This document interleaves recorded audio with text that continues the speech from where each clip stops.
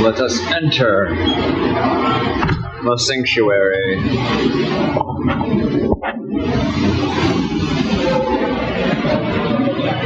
Everyone's hard at work already.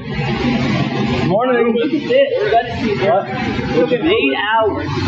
By hand. Him? Yeah. Like little, like round little. 8 hours of work. And it almost looks like marker. I know that's all built by years. Isn't that crazy? Yeah, that's great. Real. Real. Let me touch your woodies and enjoy it. Yeah, that's what it's for. Oh, yeah. I love it, man. That's amazing. Thanks. You did a great job. I still have a lot of work left to do on mine. I haven't done anything but the glue ups. I got all the glue ups done. Morning, Jeff. What do you got going on? Making legs and columns. Nice.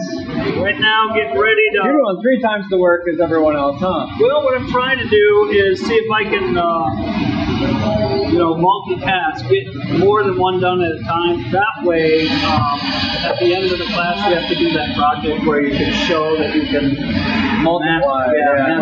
Producing this shaver tape.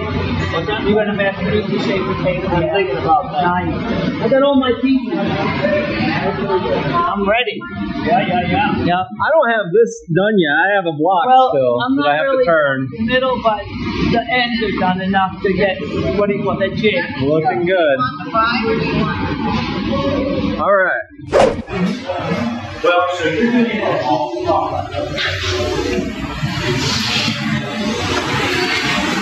Let's go, Rami.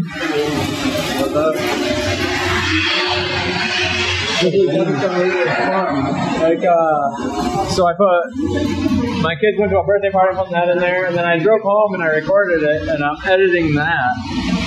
Drove home, like you recorded from here. My whole drive home, I recorded it, and I'm time-lapsing it, and I'm like stopping it in certain parts where I'm like singing the music and stuff. I noticed that when you're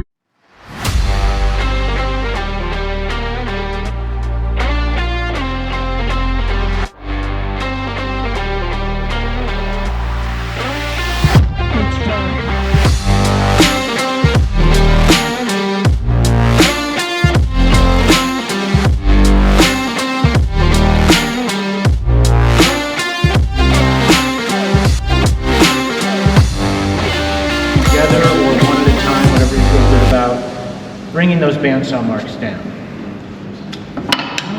Actually, I have some. Oh, sure. Sweet. So those look real clean. I do wanna. I've been talking to some people one-on-one about the bandsaw, and I think drawing this real quick will be helpful. So this is a little bit of a. This isn't quite shaping the legs yet, but when it comes to cutting things out. I'm just going to use the back side of this piece of plywood. So when we're looking at a bandsaw blade, let me just draw this real quick.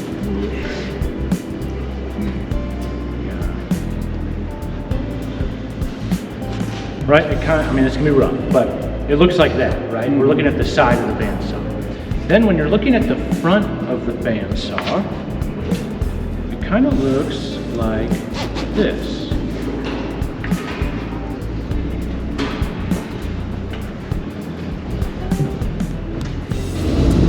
The teeth alternate coming to the right and to the left, every other tooth, out, this way, this way, this way, which means that if we snap the bandsaw blade, and we could look right on top of that blade as it's going down into the machine, right? So that's the plan of the blade.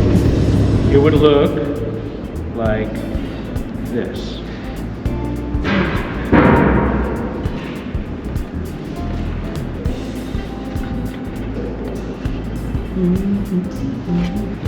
It would look like that. One tooth will be just below this one, flaring out this way, one will be flaring that way. Which means, this is the scale.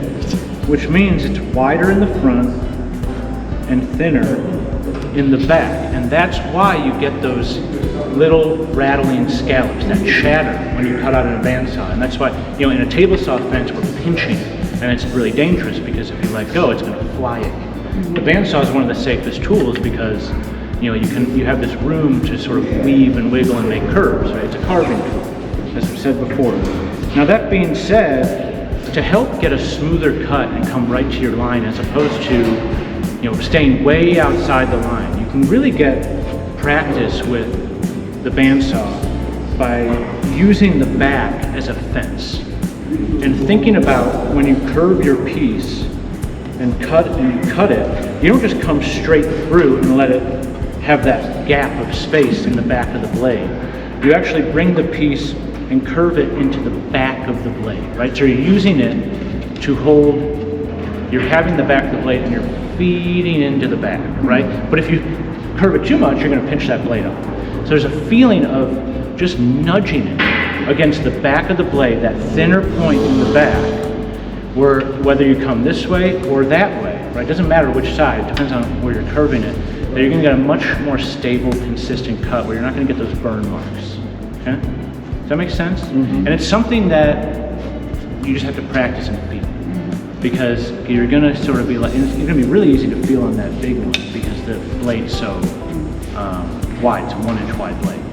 But when you get that, once you get the feeling, you're never gonna unfeel it. And you're gonna know that when it's kind of loose and you're only cutting in the front with those teeth, and when you're kind of locking it in, right?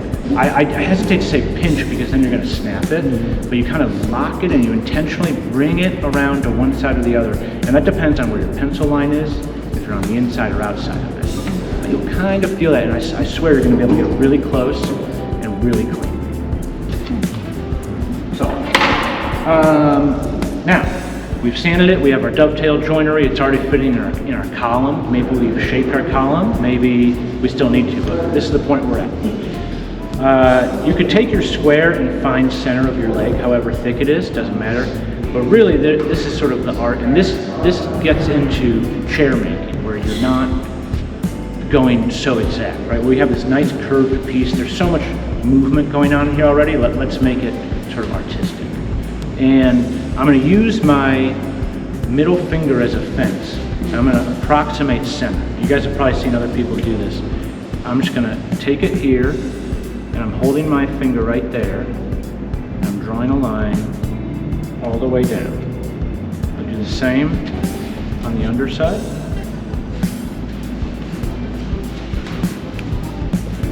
And on these sides, I'll maybe come down a 16th. You can switch this up how you want. I'm showing you kind of what we see in the images from the shaker table. Here, setting that fence with my finger.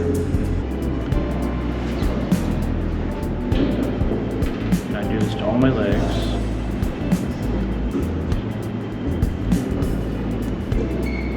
You're going to round all the way down past the dovetail point? No, that's a good question. So, a leg like this is, the dovetail is not going to come all the way up. You're going to have this shoulder here. It's only going to come about a 1/2 inch up, and some of you guys have a way larger piece, which is fine. What you're going to do is you're going to fit it into your column, and then you're going to have this shoulder line here. And so you fit the column first? You fit it to the column first, and it's not going to be this straight shoulder anymore. Well, you're going to have that straight shoulder, it's going to be hidden. So you have a dovetail that's like coming here and here. And then you're going to hit, that's the inside of the shoulder, this line right here. And then you have this radius, this curve. And you'll feed it in there and you'll trace it. Oh, I see. You'll trace it, and that's why when you start fitting all your legs, even though if you've done a lot of this is done by machine, they can all fit into the slot. But once you start fitting them, you're saying, this is number 1, this is number 2, this is number 3, so you can start shaping it appropriately for that slot. It's like a mushroom. Yep. Like a mushroom. And so then from there, so maybe I'll draw this line all the way, but I'm actually going to sort of shape this area first. I'll maybe come down about that much. And maybe I need to like take a little off here until it hits that. Is that Nora? Let's go upstairs. Oh, I never heard her do that. She's like, there's milk bones up there, I know it.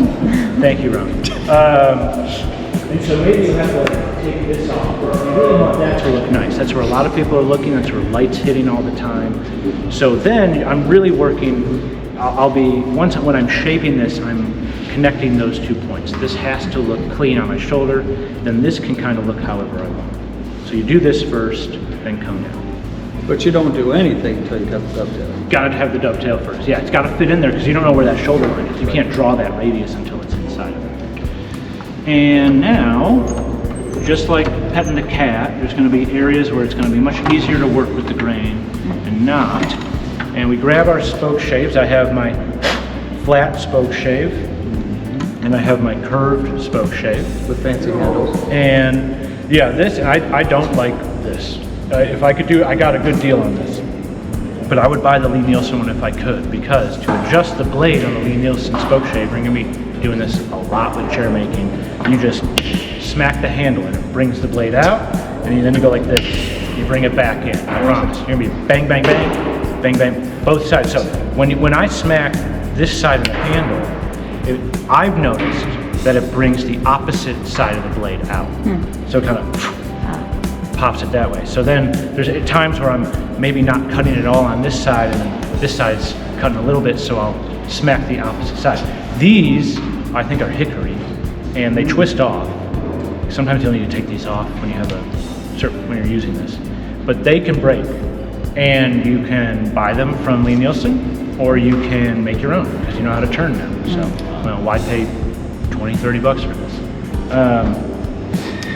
So that's the benefit to this, and the curved one does the same thing, smack, smack. This is like, Veritas it's good, and it's more of a budget version of Lee Nielsen, but they kind of over-engineer their stuff. You can't smack it, you gotta turn these knobs, you have to loosen this, and then you bring it out, but you can really get precise, but a Spokeshave's not about precision, it's about having a nice sharp plane blade that you shape with. It's my favorite tool to use, my favorite plane. It's just fun. And you can pull with it or push with it, and you'll feel the grain. If I start tearing out, I need to go the other direction. I don't need to move my wood around, I just need to turn the plane around. Right here, I have my line set, and we can see these little shavings coming out. It's a tool with finesse. And I'm just gonna bring myself all the way down, and I can feel kind of tearing out down there. So let me just stay above that line. And I know I need to take way more off this top than I do off this side. But there's nothing, and I can see just like when you run your jack plane, and I'll come down to the side a little bit more. Got more work to do down there. And maybe I'll go a little past my pencil line in areas, but that's okay, as long as it looks nice. Good. I can see I'm tearing out right there, so I want to stay above that. I'm just kind of working the side. And again, put your pencil marks wherever you want. Maybe cut out a practice leg real quick with some scrap wood and just see how it all feels but make sure that grain's running the same direction. That's the practice. And I'll come to the other side. This is kind of the easy part. The most cooperative part of the grain.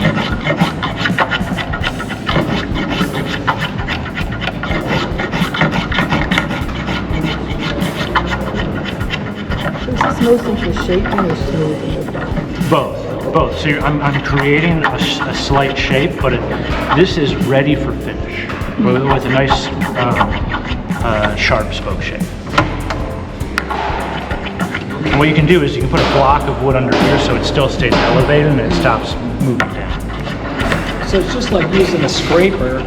Right. It's like using a scraper, but like cleaner. With handles and cleaner. So now I'm like my pencil, I can feel that radius.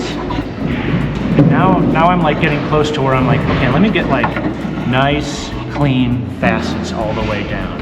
And you'll be able to see that. You come at an angle.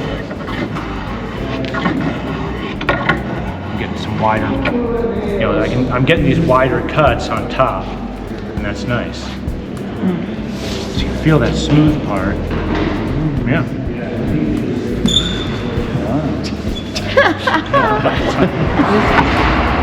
Yeah, and it'll take finish beautifully. You can see if you see my table while I'll be working on it a little bit today. The tops of it are Spokeshave, the side of it is sanded. You can see a plain finish versus sanded finish, which is that matte, cloudy look versus like shiny. So I got. That's what I was going to ask. Can we sand? You can sand, absolutely. You know how I like to sand. I know. And then, but you are going to get a little bit of, especially with maple, you'll see some chatter.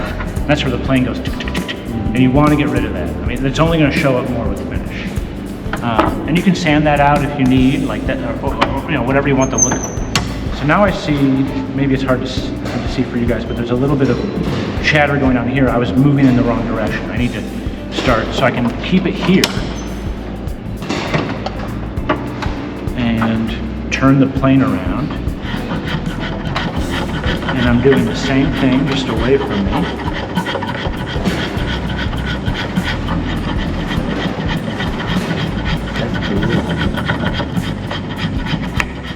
And it's hard to chase it because now I hit a little on the side. I need to pull it, so you kind of see where that space is, and you keep playing with it. But see that slight curve? It's going to look real nice when it's on the ground. And then we have an inside radius here. It won't be cutting at all. It's flat. I can't do that. So I'll lock it in, and I have a couple options. You can take your curved Spokeshave, put it against my body. You can see I'm getting these nice. I'm getting right into it. I'm getting full there, so I got to come this way. You can still do a flat with a curved Spokeshave. So why get the other one? Because I can't do this with the flat. I can't do this inside. Okay. But I can do an outside. The blades are straight. Yeah, the blades are always straight no Yeah, matter I what. can't tell the difference between mine. So the Lee Nielsen, okay, so the Lee very Nielsen subtle, one is super subtle. So Okay. that's the other thing. I won't get rid of this one ever, even though I like the Lee Nielsen one more, because this has a more aggressive Gotcha. convex. Where is the curve? Convex. Is it just at the... What's that? On the metal. Yeah, so you can Okay. see, Okay, and the blade's just coming straight out. that makes sense. I gotta look more closer. And some people put like an R on theirs for round, just so they don't grab. Wait, oops. So I can come this way. And remember, I'm still blending where it hits my shoulder here. That's important. Adjust my blade, but I'm going quick with this. Maybe come this way real quick. Right, so Change direction when you see a little wrinkle. yeah, and you're gonna feel it. Sorry. It's like you can just. It's like petting a dog the wrong way. So I started that side, but let's say your Spokeshave's not cooperating, or you're like, I don't feel like sharpening this thing right now. That's fine. You can use a rasp. So some of y'all got a rasp. We have rasps at the school too. There's rasps and there's files. What's the difference? More aggressive on rasps. Files for metal. Rounded a little bit. Well, no, that's correct. Rasps are more aggressive, files are finer. You can use files on metal or wood, but I would just dedicate some to wood and some to metal and not mix that up in your toolbox. Yeah, you don't want to shove steel particles in your Especially if you got to use the saw stop again. And all of a sudden. So this is like what the number 10 cabinet maker's rasp.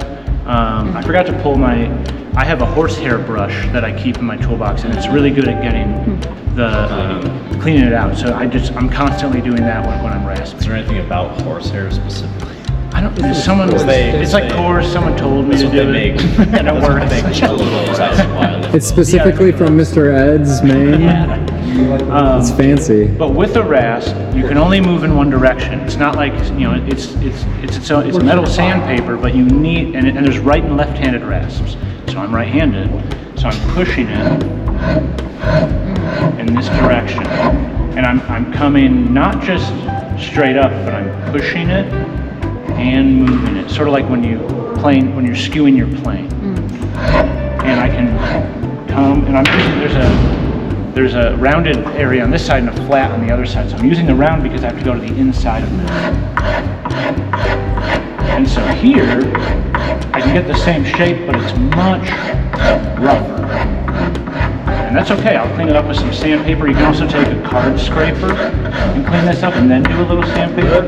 Card scraping something is basically like using like 180, 220 grit right away.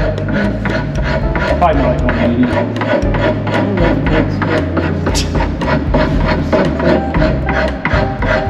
So, if some people get really in the zone with the rasp, and that it's great. That's exactly how I shape guitar necks.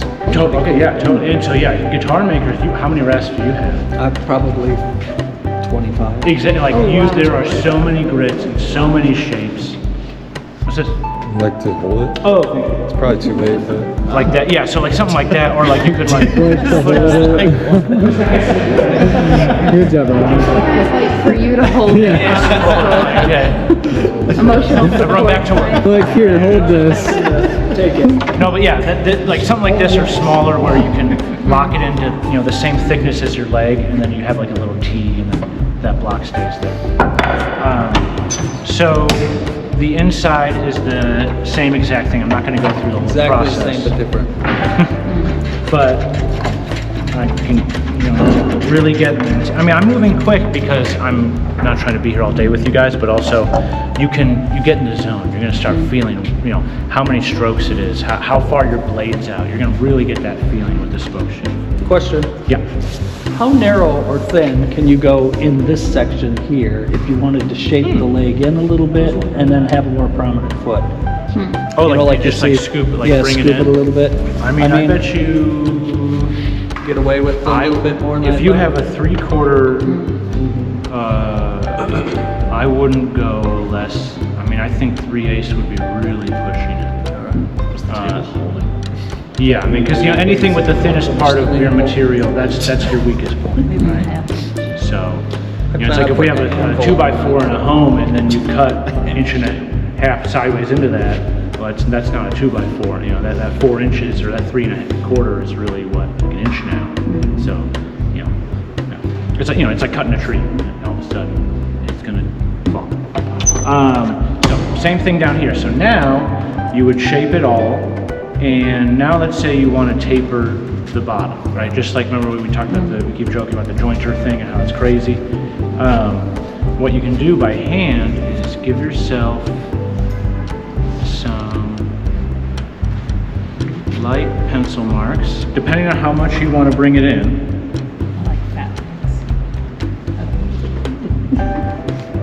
And so I basically I'll be like, okay, I want to get rid of these pencil lines. That's my goal. And you want to bring it in on both sides. You wouldn't want to taper it to one. You could. Maybe that could be a cool design choice. I don't know really what it would look like.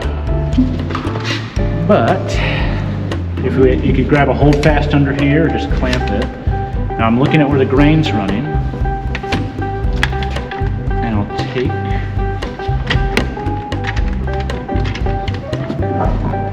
block plane, and I'm just going to step it. So I'm going to go 1, 2, 3. I'm leaving this the same thickness.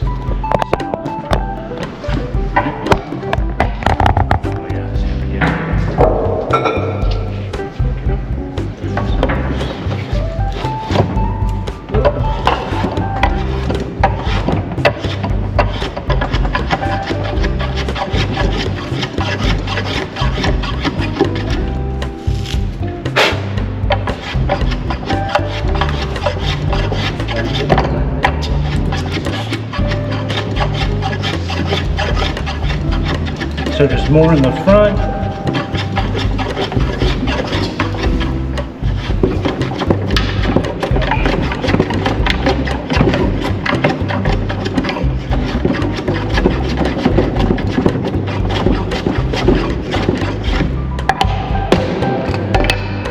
Real quick.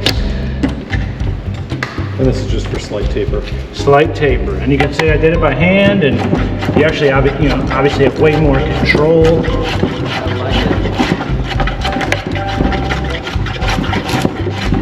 Got a little tear out, that's okay. You can lighten your blade up and do some sanding after if you need for card scraping.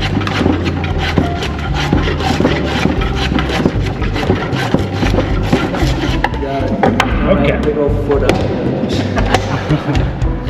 So you can see that start to come down on both sides. And it starts to look nice. So then you say, I just created a radius, but now you kind of eliminated it.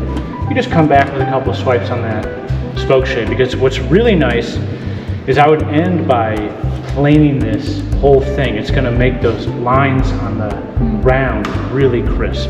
Like whenever you round something and you have a flat connecting to it, you round it and then you complete that flat, and it really gives it a nice, like, makes everything nice and level. So there's not a wobble to that round line.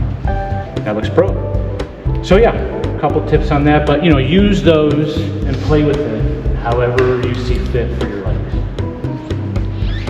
Any questions? Only like a million. but Right, not, we'll get to not that. any specific yet. We tried. I'll pay you yeah. I'm slow. It's not totally related, but you mentioned dark cherry or black cherry. Does that mean it's a tree with black cherry tree? No. Do you know? Black cherry? Yeah. Isn't that yeah, I was gonna, yeah, it's our cherry. It's cherry. It's just like black. Yeah, it's called black cherry. You can eat the cherries. You only, yeah. Yeah, they're not good. You call it black cherry when you make period furniture. No, I'm kidding. I'm kidding.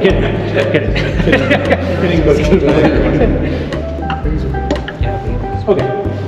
So if you want to stick around for hover for 15 or 20 more, I'm going to run the dovetails with Jeff. I'm ready to. You're ready too? Okay, so then you're definitely watching. Yes, I sanded and planed the other night, just like Zach told me. All right. Yeah, stop calling for Joanne. Rami, can you please hold me up? You got your wood back, Rami. He said Now you get to hold it. I forget what the choice was.